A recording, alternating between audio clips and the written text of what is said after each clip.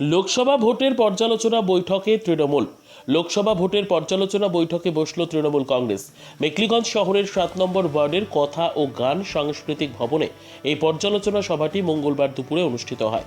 এদিনের পর্যালোচনা সভায় উপস্থিত ছিলেন মেখলিগঞ্জের বিধায়ক পরেশ চন্দ্র অধিকারী, তৃণমূল যুব কংগ্রেস নেত্রী অঙ্কিতা অধিকারী, মেখলিগঞ্জ শহর আইএনটিটিইউসির সভাপতি তথা মেখলিগঞ্জের তৃণমূল কংগ্রেস নেতা অমিতাভ বর্ধন চৌধুরী, তৃণমূল কংগ্রেসের মেখলিগঞ্জ ব্লক সভাপতি কেশব চন্দ্র বর্মন সহ অন্যান্যরা। পর্যালোচনা সভায় উপস্থিত ছিলেন মেখলিগঞ্জ ব্লকের প্রতিটি গ্রাম পঞ্চায়েত এলাকার প্রতিটি বুথের তৃণমূল কংগ্রেস নেতাকর্মীরা। দলীয় নেতৃত্বকে কোন বুথে কত সংখ্যক ভোটে তৃণমূল কংগ্রেস এগিয়ে থাকবে সেই হিসেব তুলে দেন কর্মীরা। সভা শেষে কি বললেন মেখলিগঞ্জের বিধায়ক পরেশ চন্দ্র অধিকারী, আসুন শুনে নেওয়া যাক।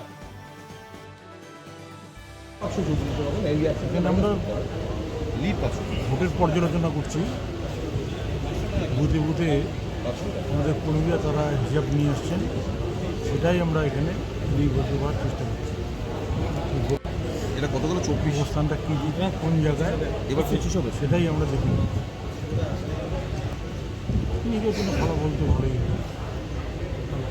অঞ্চল অনুসারে বুথের নাম্বার দেয়া আছে এবং সেই বুথে টোটাল ভোটার কত, তার মধ্যে কোন কত হলো, তার মধ্যে মেল ভোটার কত আছে, ফিমেল ভোটার কত আছে এবং কত প্লাস হতে পারে।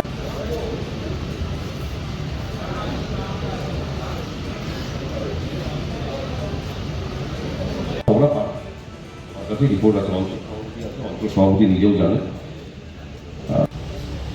মোট ভোট হবে 633।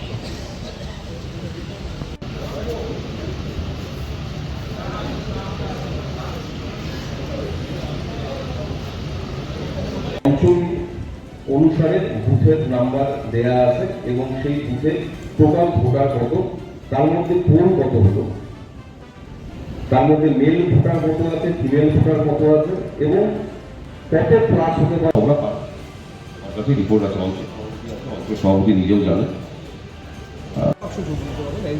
আমরা ভোটের পর্যালোচনা করছি।